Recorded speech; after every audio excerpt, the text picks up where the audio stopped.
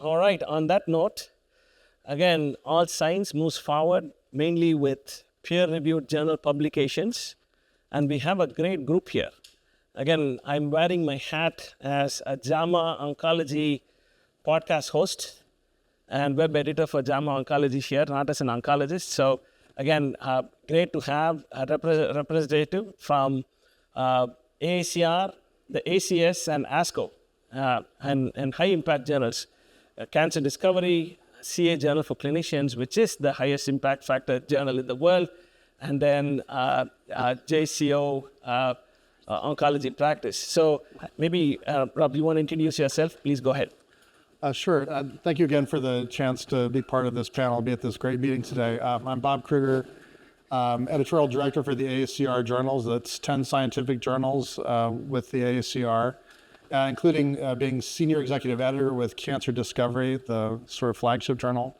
Other journals in the program include Clinical Cancer Research, and on. So I think I would say about the journals that it's really been a home for a full spectrum of work from basic to clinical. We like to say we go from bench to bedside and back again, which means that the desire fits very much within the idea of precision oncology to learn as much as we can from every single patient, to identify new potential targets for treatments and follow them through the course as they advance towards translation. A particular strength of the journal, and I'll leave it at that, is to say that we've had a lot of successful papers looking at resistance mechanisms, in part because that is really core to understanding what the next steps are going to be, trying to be at the forefront of, what are the new treatments, where are the new combinations that are coming down the pike. And thank you, Bob. Again, Cancer Discovery has been fantastic in supporting a lot of tumor agnostic work, including the most recent publication and then the pan-tumor publications. Many of the first-in-class, best-in-class drugs that have led to tumor agnostic approvals were all published in Cancer Discovery AACR Journal. And we didn't talk to each other when I showed all the Cancer Discovery publications. Thank you so much, Bob, for being here. It's a pleasure and honor. And then Dr. Don Dizon, do you want to introduce yourself? Yeah, hi, Don Dizon. As of June of this year, I returned to Boston. I'm at Tufts Medicine as a service line chief of hematology and oncology. My areas of interest is in ovarian cancer and actually a rare subtype of ovary called clear cell. But at Tufts, I also do breast, and we have a rare tumors program that includes uveal melanoma and sarcoma. The hat I wear today is as the EIC of CA, a Cancer Journal for Clinicians, which is the flagship journal of the American Cancer Society. Thank you so much, Don, for being here representing American Cancer Society and CA Journal for Clinicians, and thank you for being supportive. I think Don invited us to write a comprehensive review on the latest and greatest in tumor agnostic approvals, and that's attracted a lot of citations. Thank you so much. And last but not the least, I have Dr. Ishwaria Subbiah.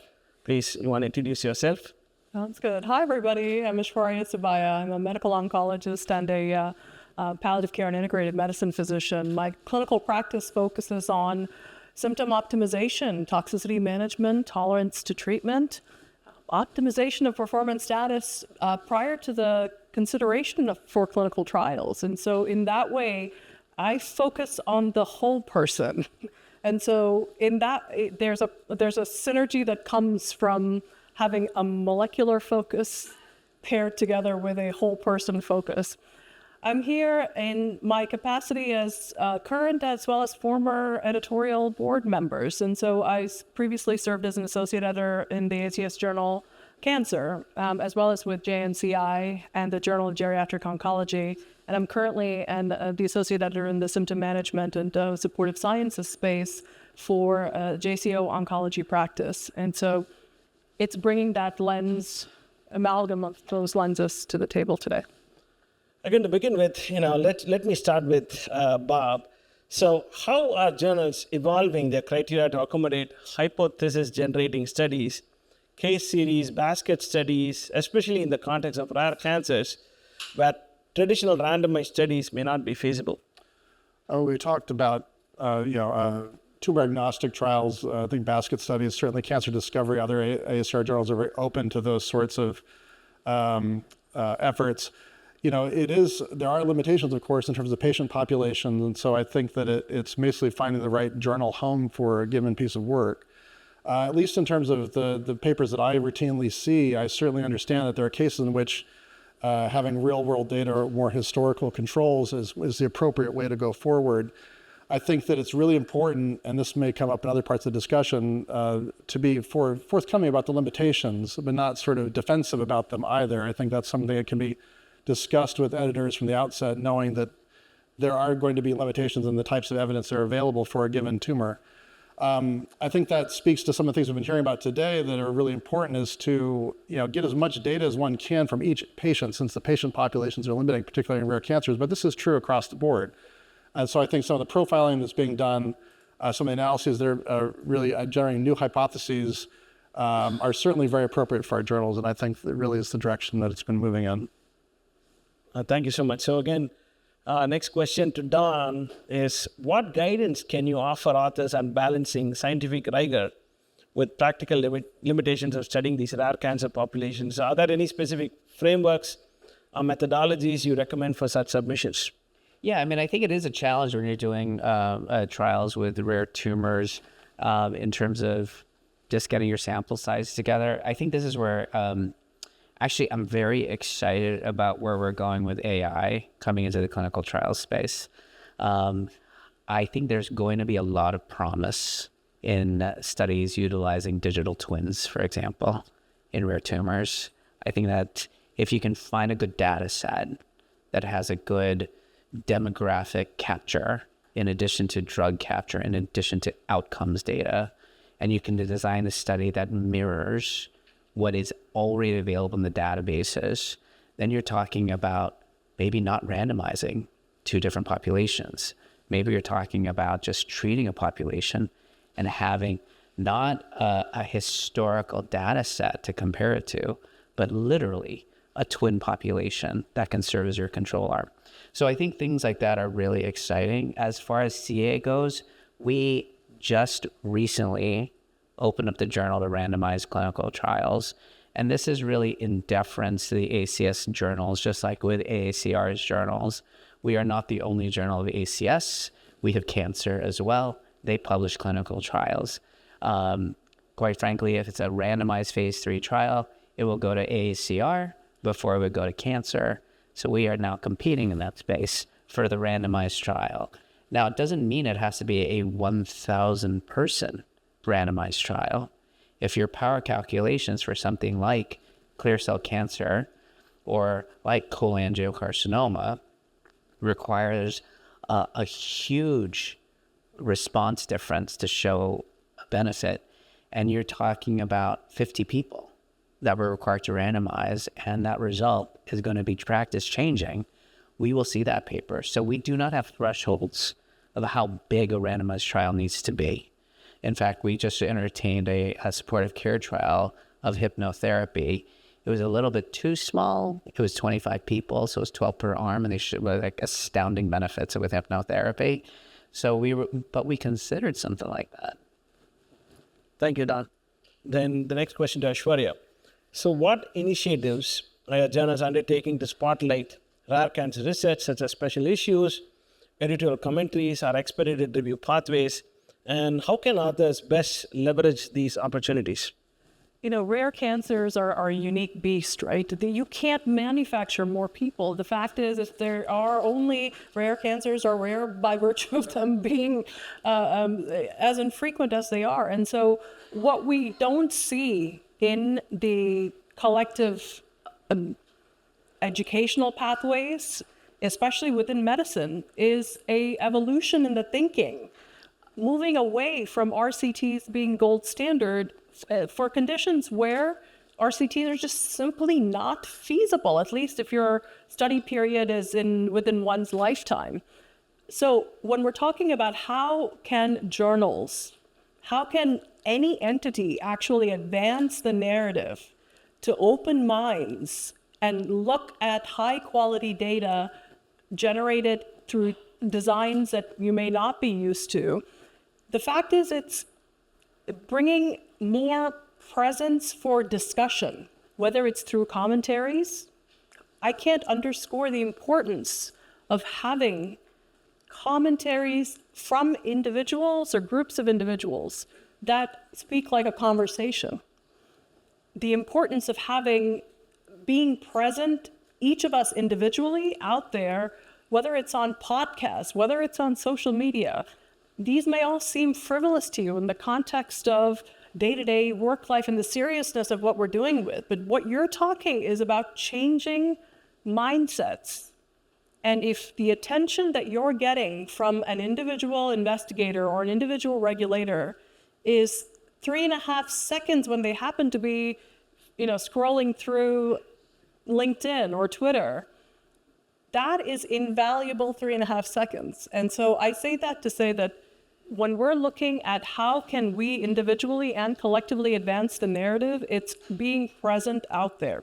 From a journal standpoint, there are some standard pathways, right? It's send the commentaries, connect with people you know on the editorial board. You'll be amazed to see how many of our colleagues that you interact with on a regular basis serve in these capacities. Float that pre-submission inquiry, whether it's by email or when you're going to meetings and conferences. Hey, we're thinking about X, Y, and Z. I just came from our Integrative Oncology Society meeting, and there are quite a few of those conversations that I initiated as an associate editor with investigators doing impactful work that you'll never hear about until we put it out there. Be present, offer your opinions in addition to the original research. Can I just add just really quickly to that? The other thing that we've done, or at CA, is really try to empower people to participate in peer review, which is a thankless job. We all know it is. But what I've tried to do is actually reach out to everyone who's peer reviewed and send that note saying, this is a really important job. I read it myself and I appreciate what you did. And if you can do a peer review more than just say, I thought it was fine. If you can actually critically review a paper, I take those personally as invitations to write the companion editorials. So I am heavy into that. But I would encourage all of us to commit to peer review because it is so, so important. So I would add from the standpoint of the AACR, and this is something that's particularly important to me with the AACR journals, is aligning with what the community is interested in, what they're excited about, and part of that we do through our editorial curation of commentaries such as what you presented at ESMO. I'm very much looking forward to the meeting next year in July on rare cancers that AACR is holding, and I think that that's an opportunity for the journals to take messages from that both before and after that we think speak to what's most current, most exciting for that field. So we'll be looking at those, the speakers, we'll be communicating with them, trying to get commentaries, we'll be looking at the abstracts from the meeting. The journals will publish the abstracts from the meeting, and then we'll look for opportunities to publish papers out of those sorts of meetings. So it's that sort of alignment that I think is what the journals can be very good at. Thank you so much, Bob, Don, and Ishwaria. So again, I'll ask one more question, and I'll open it up for the audience to ask questions to our esteemed journal editors. So how can journals, I think each of you can answer this question. So how can journals better collaborate with advocacy groups, consortia, and funding bodies to ensure that rare cancer research initiatives receive the attention and support it deserves? Maybe you want to go first. You'll see the cultures of different journals, right? They all have their personalities. There's an avatar waiting to happen that would represent each journal if it was a person.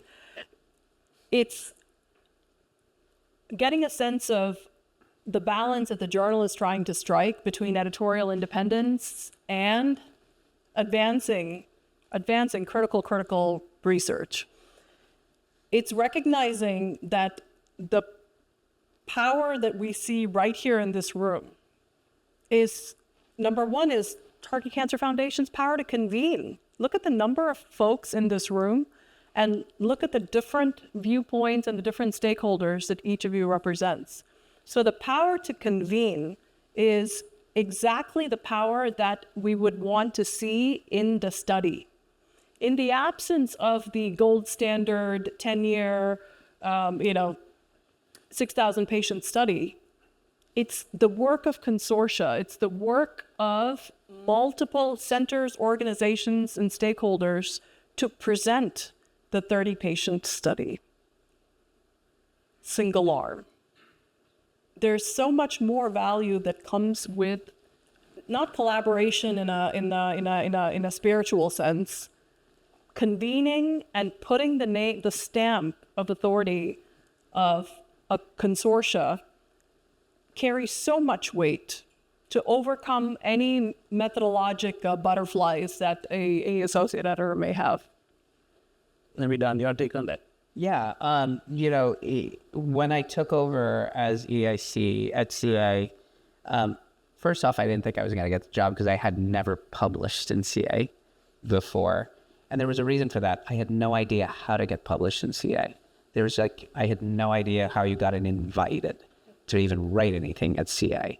So when I went for the interview, I said that. I was just like, why is the journal so insular? And it turns out it was insular because the editor-in-chief was an ACS employee. So I was the first not to be employed by the ACS. And the reason I think I got this job was because it was my charge that we open up authorship for as broad as possible, internationally and nationally, inviting that diversity. And I cannot stress the importance of relationships, like Ishwaria was saying. Reaching out, proposing topics is something that I personally do. So if you want to know how do things get in, I personally review everything. I review suggestions. I review summaries of what you want to cover. I review your first draft before it even goes to peer review. That's how much work I do for the journal itself. But you have friends at CA who, if there is momentum to cover a topic from wherever you're sitting, you have friends at CA. Ray Kurzrock is our associate editor. All right. So her voice has been so significant to bring in precision, to bring in molecular tumor boards, to bring in rare tumor types. All right. So, and it is part of our portfolio each year that we don't just cover breast, colon, lung, that we cover a rare tumor or 2 or 4. But we are open to suggestions for review topics from the community. And if it is something that you feel passionately about, my only advice was, I think Ishwaria mentioned it as well, it speaks volumes if a patient is one of your authors. And it's true, I can vouch for that. I think Don personally handles several of the peer papers and goes through the peer reviews as well and gets a feedback. I've peer reviewed for his journal, and definitely he gets back with peer reviewed comments and all that. So your take on that, Bob? I mean, I agree with all these statements, and I think it's, these sorts of engagements are actually quite important. First off, inviting editors to venues like this is really helpful for us to have focused attention on the topic. And I think there are relatively few venues in which rare cancers are the focus, which I think is fantastic. In consideration of, I was thinking about the preparation of what I wanted to know before coming to this meeting. I found it was actually hard to get the information that I wanted. I can go and see, how many breast cancer papers have been published in the AACR journals. I can do that. I can look over the stats over time. I can see what sort of trials were. I could do AI analysis of what those keywords are. But rare cancers are actually, since they're disparate, it's actually harder to search. And so I think that if there were a community scorecard for how the journals are doing, I'd like to think that, I can point to papers we've published. I know that we're editorially open. I think we've championed the topic, but it'd be great to know, how we're doing.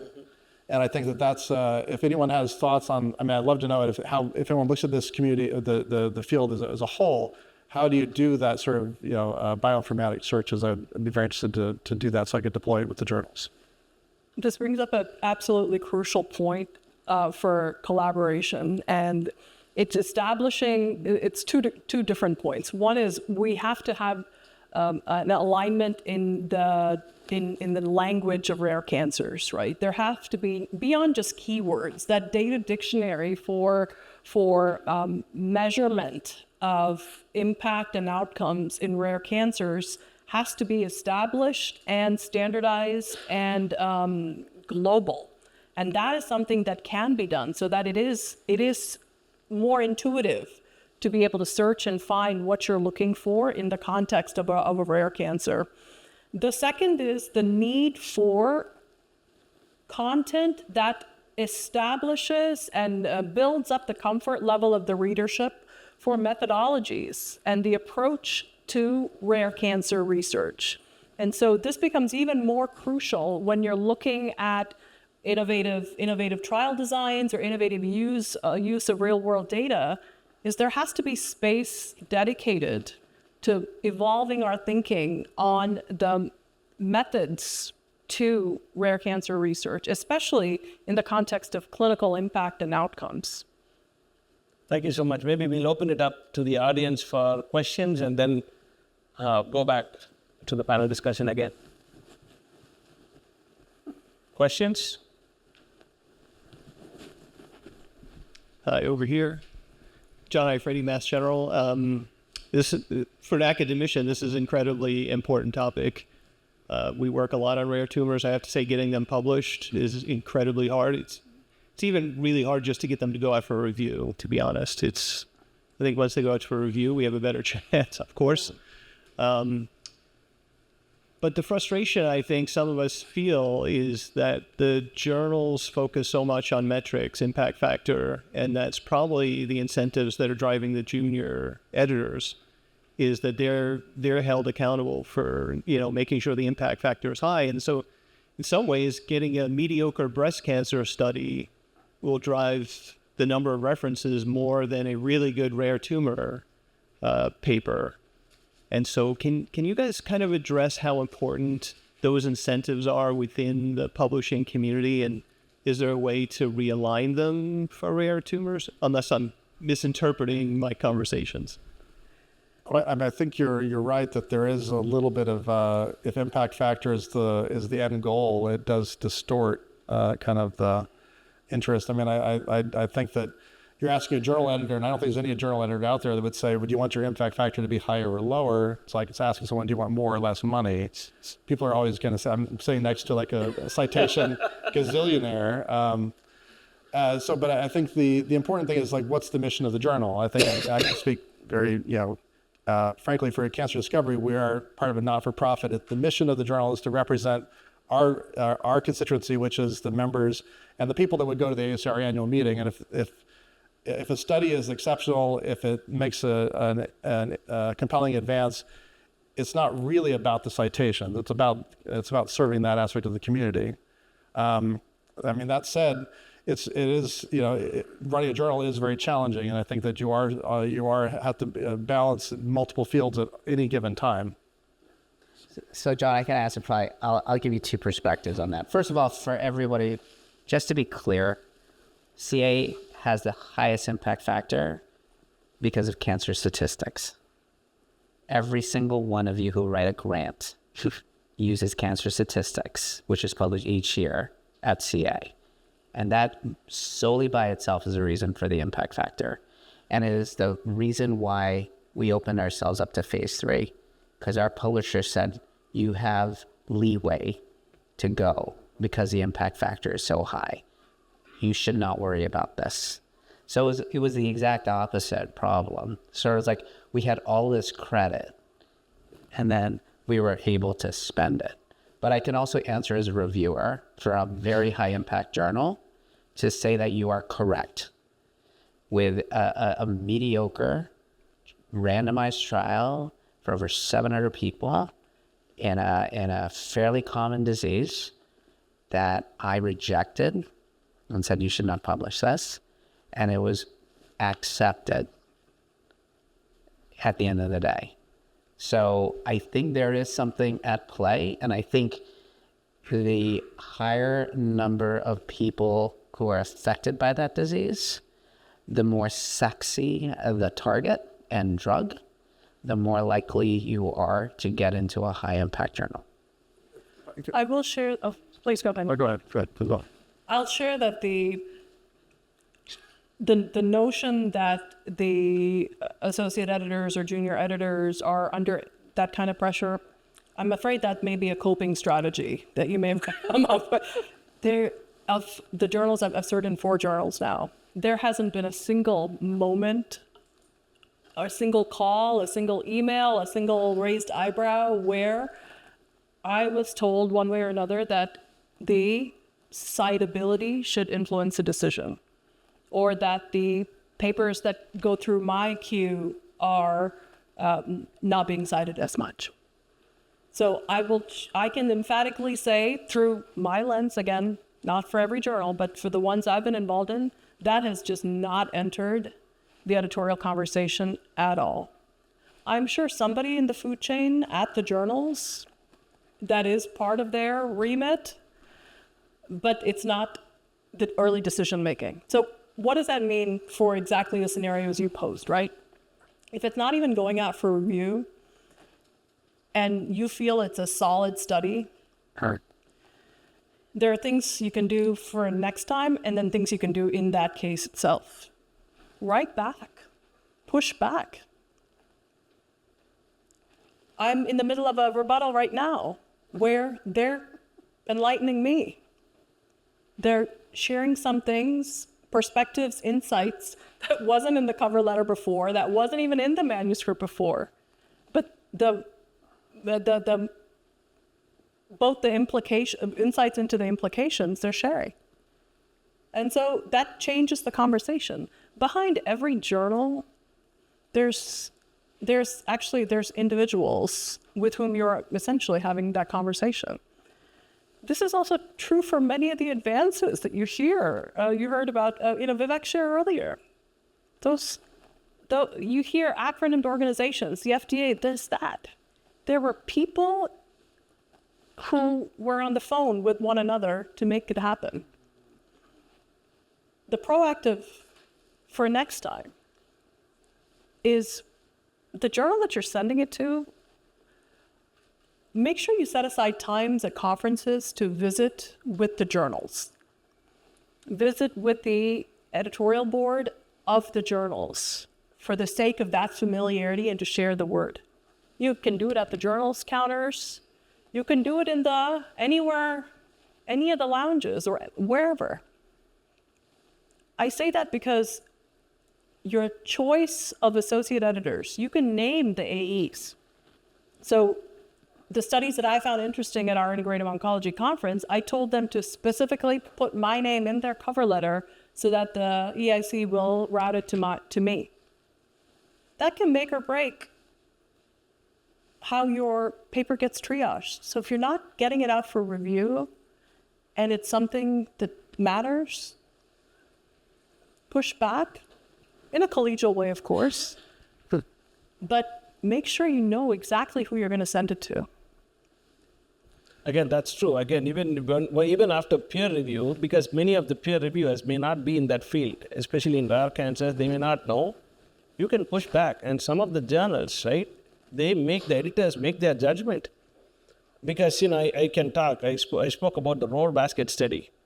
If you go to the Nature Medicine paper, last line, 2 reviewers wanted us to put the next step should be a randomized control trial with BRAF V600 alterations with standard of care, and this. 2 reviewers wanted that. And the sponsor of the company said they would agree, and all the authors agreed. I said, no, I am the person, I'm not agreeing, I completely disagree. That is their perspective. They didn't do the study. I did the study. I pushed back. I wrote to the editor-in-chief. I wrote to the editor who was handling it. I said, no, that should not be the way. And even I picked up the phone, called one of them, and then we said we submit the paper. The next step should be frontline study. That's how the paper is. So, again, many times, right, in academia, that there may not be agreements many times, right? So we push back, they hear out. Definitely the editors hear out. Again, even in this perspective, Cancer Discovery did a fantastic job. I was not able to fix some of the peer reviewers' comments. This was an InfoFocus perspective. if I had to address some of those comments, it would be their perspective, the peer review's perspective, not my perspective. So again, I addressed those comments. They made a judgment call to take this paper with somewhere in the middle ground. So again, always we can push back, you can write back. Again, these are all human constructs. So Yeah, we can go over that. Yeah, please. I think I would add that it is a disadvantage in terms of one editorial criteria is kind of audience size for a given piece of work, mediocrity or excellence aside. So that is a disadvantage, I think, for communities with smaller numbers. However, I think on the novelty side, rare cancers, they tend to be arise from interesting cell types or interesting biological mechanisms. And I think those can really be accentuated such that it's, when you're looking at sort of a paper in comparison to things that have come previously, that difference is just much more pronounced than, say, for the example you were given. And so that might stand out from editorial criteria, particularly if you're going for a journal that really emphasizes novelty. And so that may be where the different flavors of journals, different characters of journals comes into play. Yeah. But just a word about the rebuttal process. In a polite, nice way. I mean, don't be a... There's a fine line between that where it just, you run the risk of shutting down the whole process. So my advice, because I think as an editor, I take rebuttals very seriously. It's just like, oh shit, they're coming back at me. Oh my God, what am I gonna do? Pick up the phone, ask for a phone call, ask for a phone conference. It's the easiest way. Get the editor on the phone and say, what do I need to fix? Or what was the fatal flaw in this paper? And let's talk about it. Because I have never, on the receiving end as an author and as an editor, I feel like I owe it to anybody who submitted. If they are like arguing that this was a wrong decision, I have a responsibility to actually handle this. Yeah, but please pick up the phone. Yeah, I appreciate it. Again, absolutely agree. At JAMA Oncology, also if there is a rebuttal, many times all the editors get together. We have a call, it's re-reviewed by the statistician, and they pay a close attention to it. Many times, it's a 50-50 chance that it gets in again, because the same issues are still there. But, again, rebuttals, everyone gets together. Please, maybe the last question, right? Again, I was told it was the last question. You can ask the question. Yeah, please. My question was in these lines. Regarding the selection of reviewers, if you have this thought about like people that really understand the rare cancer world, because it's so easy to review in 5 minutes and destroy, right, a rare cancer paper saying we need a validation, more preclinical models, and another cell line. And it's so easy to write a review like this, and then that's it. And then we get after many years trying to collect everything we can, and say it's impossible to get more, or we're gonna take like 5 years more, and we cannot do it. So how do you see this when you receive an interesting rare cancer paper to select the reviewers? I mean, certainly I'd be looking for someone who I think would be interested in underlying biology, someone who's going to appreciate that this is a rare cancer and has enough clinical savvy to know that there's going to be restrictions on that. But I think your point is definitely taken. I think the reviewer choice is very important, and so I think that's something that has to be built into the editorial thinking about a given paper.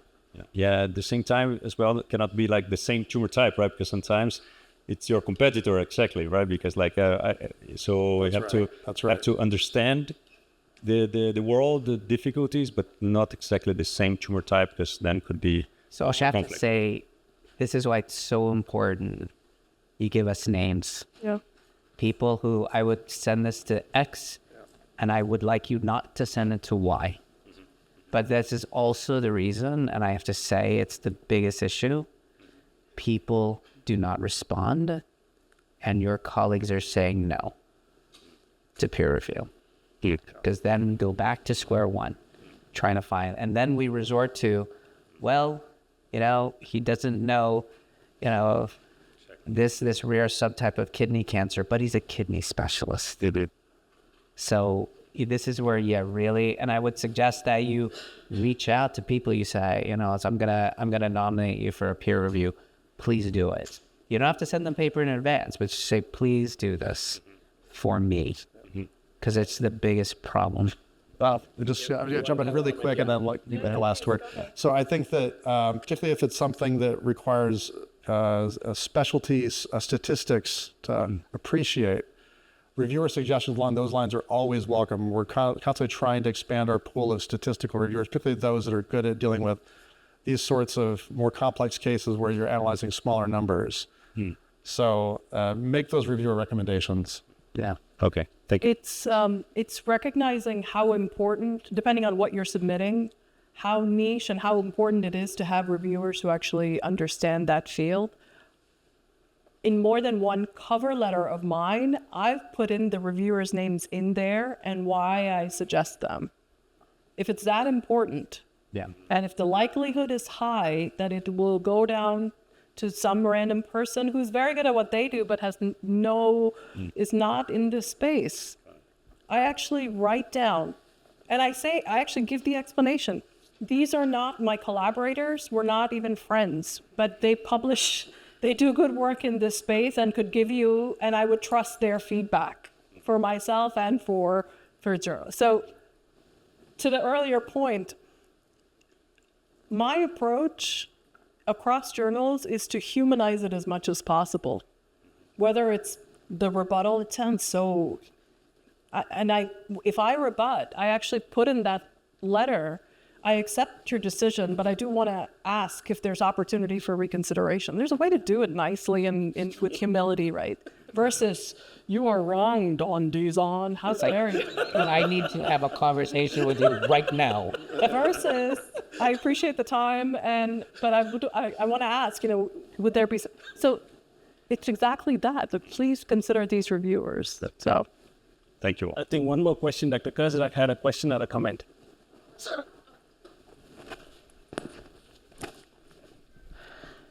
So I agree that sometimes you can talk to the editor and get things turned around. I've certainly done that. But sometimes it is, you are pushed into a situation where you have a choice. You're going to say this or you're not getting it published. And I do think that it would be a good idea for maybe editors to think through what being forced to say things that you don't necessarily agree with, how that impacts papers. I mean, I've done it both ways. Talked to the editor, had things turned around, and also talk to the editor, and you're going to say what our statistical reviewer told you to say, or you don't get it published. And even though we completely don't agree with it. And so at any rate, I don't know if it's a question, but I think maybe that's not the best way to handle publications. What I always try to do, right, at CA, if an article is rejected and they ask for a rebuttal, I always try to intimate whether or not there was a fatal flaw in the manuscript. Right. And sometimes it's helpful to just center the conversation around that, because then this is going to come up. Well, I disagree, blah, blah, blah. And you have to be prepared. And I stress this in our journal. We have to be prepared with the reason it was rejected and why it's a fatal flaw. And it might be 3 reviewers all said the same thing. This summary conclusion or the data you cited or whatever it was, that just wasn't correct. And either you're going to change it, or if you're going to stand by it, you need to go somewhere else. But we as editors have to be that clear, I think. And I fully respect that the experience that one has with any individual manuscript is so dependent on where you send it and the luck of the draw of the core group that gets to review it. if you're up against an ultimatum, and this is in the Wild West, it's not that you don't get it published, you just don't get it published there. If making saying the statements are so fundamentally against what we feel is going to advance the field of rare cancer research, it may be the hardest easy decision. Bye. Go elsewhere. Take it somewhere else. It's progress, I say that not in a flippant way, but when we're looking at advancing the field, and it's as much about a culture change as it is about getting evidence out there, those words in the discussion matter a lot. And so to that end, taking it elsewhere is more likely to advance the work. Again, thank you so much. Maybe one line from each, final words on rare cancer research and how your journals are going to be promoting this from this day onwards. Let's start with Bob. I mean, I hope that you'll see some of the ideas being presented today featured in the journal in the coming months, year. All right. Don. Yeah, so our bread and butter are reviews of topics that span screening to diagnosis to end-of-life care. We are open to we will consider any proposal in this space. What I will require for any proposal, scientific, is a patient participant. The words I would leave you with is relationships, right? And so know the person you're going to send it to, the editors you're going to send it to, and make an effort to visit with them in the context of their role in the journal, so that it's never coming from, you don't cold call somebody for something important. Why would you send your manuscript to somebody without knowing who it's going to go to? So just let's continue to form those relationships. Thank you so much. Please give them a big hand.